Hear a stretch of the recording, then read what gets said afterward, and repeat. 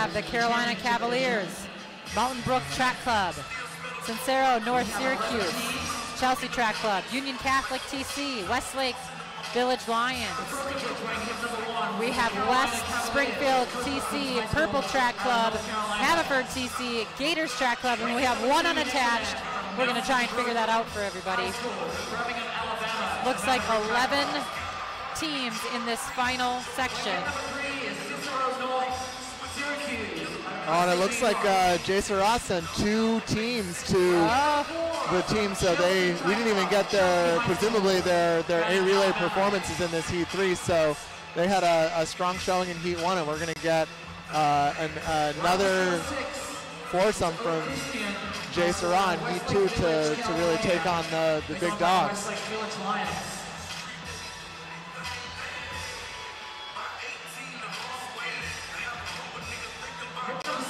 And it looks like the national lead right now is 11:40-32 by Cuthbertson High School, who of course is competing as the Carolina Cavaliers from Winston-Salem, North Carolina. They are our national leaders, also the top seed in this race. So we've got to call them the favorites, at least on paper, but there's a reason why it's only on paper, as we got Mountain Brook coming from Mountain Brook, Alabama, right behind them. And it looks like we actually have 2 Alabama teams in the race coming up north. Hopefully the cold isn't bothering them too much, but they're lining up against the North Carolina crew, as well as Cicero coming from North Syracuse. Yep. Little upstate New York action.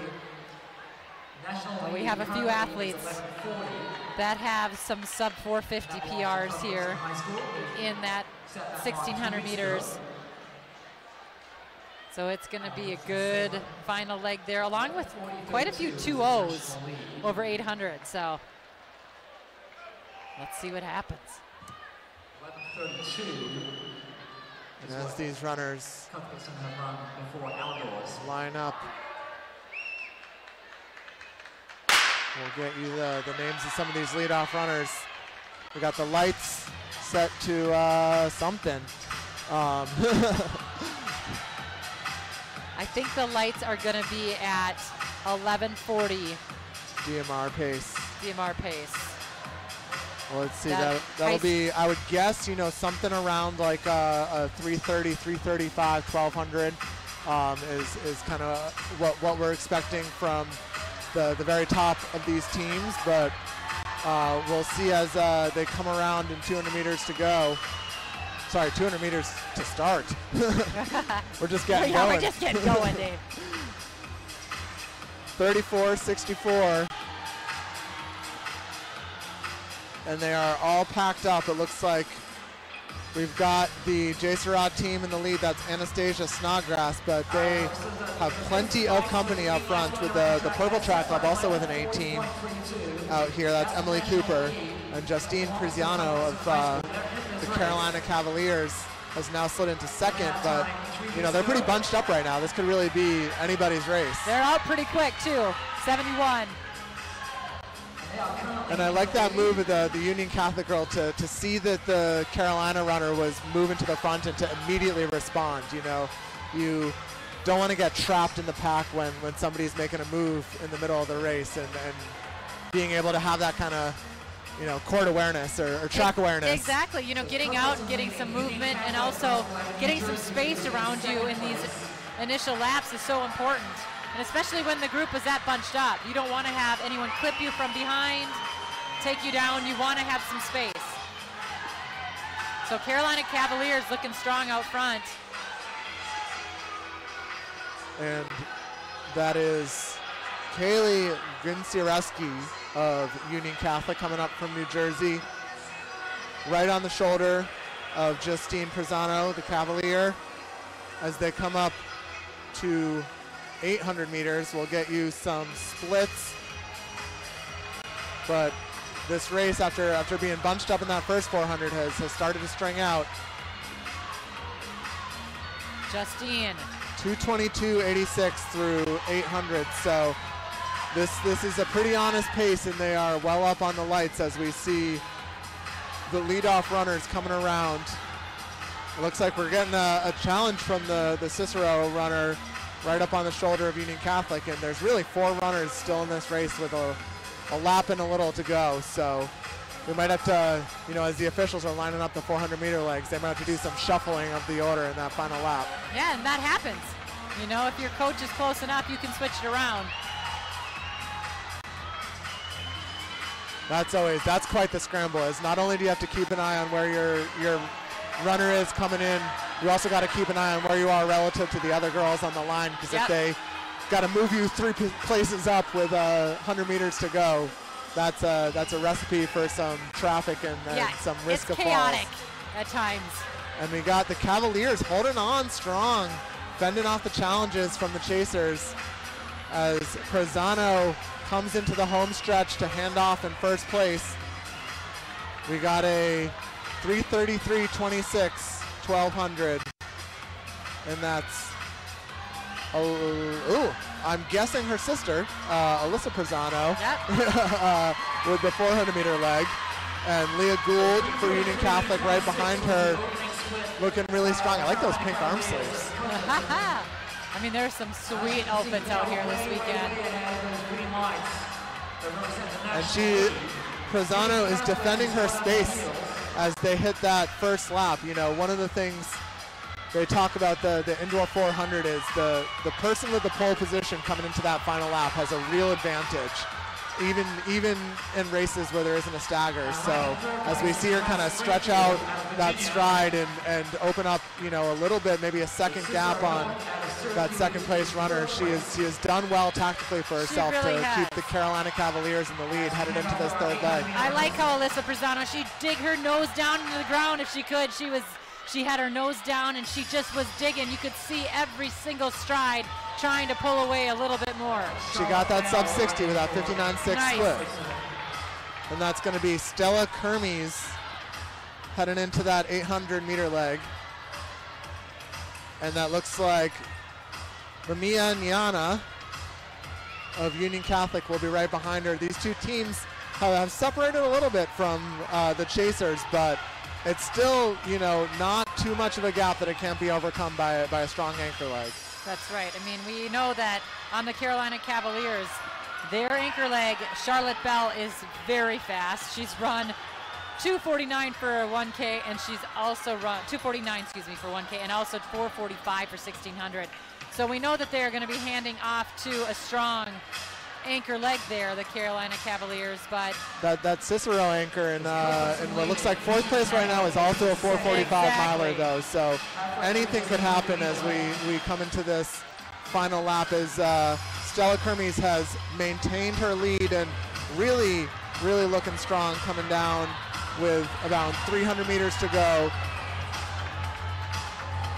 Nina in second place has let a little bit of a gap close between second and third, and these runners are moving pretty fast, so it really is going to be anyone's race coming into the bell, as Stella Kermes, with less than 200 meters remaining now, is going to hand her teammate a strong advantage coming into this final leg of the DMR. We've got Kermes, who has run so composed, so strong, really not letting the pressure of getting the baton in the lead get to her. A really strong leg from the Carolina runner as she comes into the anchor leg. Charlotte Bell is going to take it, and they are off to the races.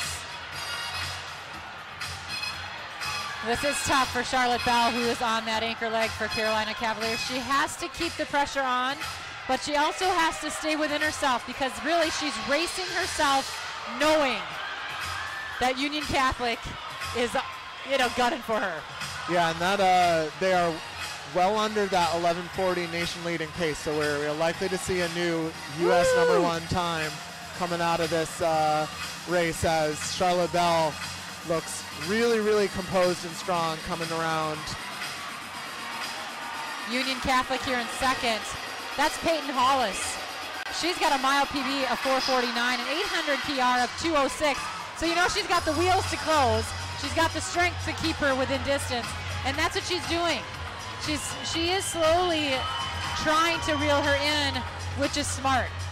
Yeah, and you know, she really got out hot. That was a 32-second first 200 for her, so hoping she doesn't pay the price as she tries to close the distance on the leader. But as they come up on 400 meters, we've got a 72-second first 400, so right around personal best pace for those leaders, and that's a 68 for the Union Catholic runner Hollis. So she is not messing around as we see this gap shrinking step by step on the leader, but as they come up on 600 meters, hopefully Bell is, you know, using this lap runner as a target to reel her in and keep that momentum going, because she knows that Hollis is not too far out of contact. She hasn't really taken a look back, but you know, we do have the big screens, but you're not seeing anyone on the big screen right now.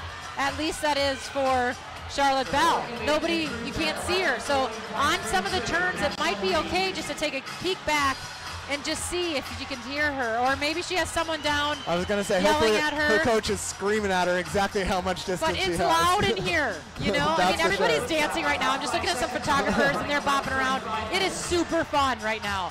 The music's high, the energy's high, and we are seeing some of the best athletes in the U.S. run right here. Absolutely, and you know, talk about running a smart race.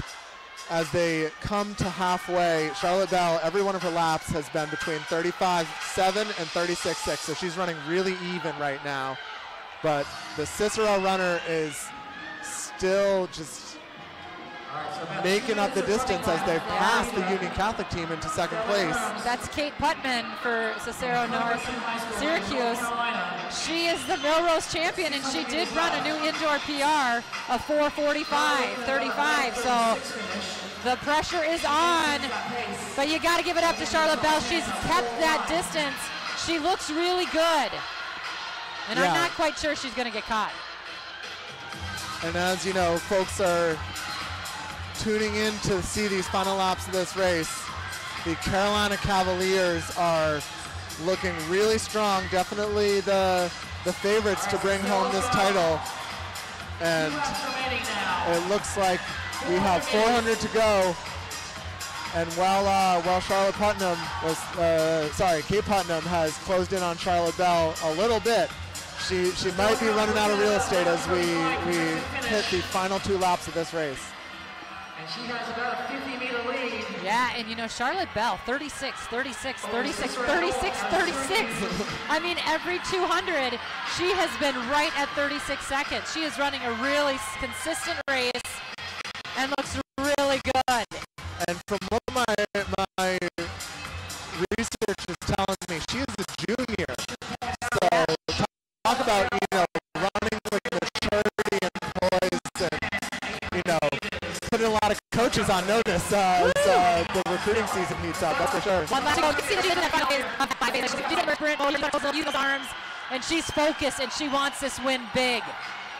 And with 100 meters to go, it is the Charlotte Bell show as the Carolina Cavaliers get meter by meter closer to a national title in the girls distance medley relay. With a strong performance top to bottom, it looks like Charlotte Bell and the Cavaliers are putting this thing away and winning the title in a 11:35.51 new national lead, #1 time in the U.S. That was awesome. What a race, as we see the Cicero team making up a lot of ground in that last couple laps. I'm going to try and get some quick math for you on what that split was for the Cicero runner. That looks like a 4:46 split. How about for Charlotte Bell? Kate Putnam. For Charlotte Bell, she was what looks like 4:52. Okay. 1600. There's a lot of math going on, so I apologize to the viewers at home that have their That's calculators why I asked out. Everyone will get mad at me when I get the splits wrong, but you know, for folks that don't know, if you're just tuning in on the YouTube channel, the live splits are second by second up on the New Balance running website, so you can stay tuned in and getting updates almost as fast as we get them up here in the booth. Actually, you could get 100-meter splits, 200-meter splits. I mean, they show the names of the athletes. It's pretty cool. Yeah, and as the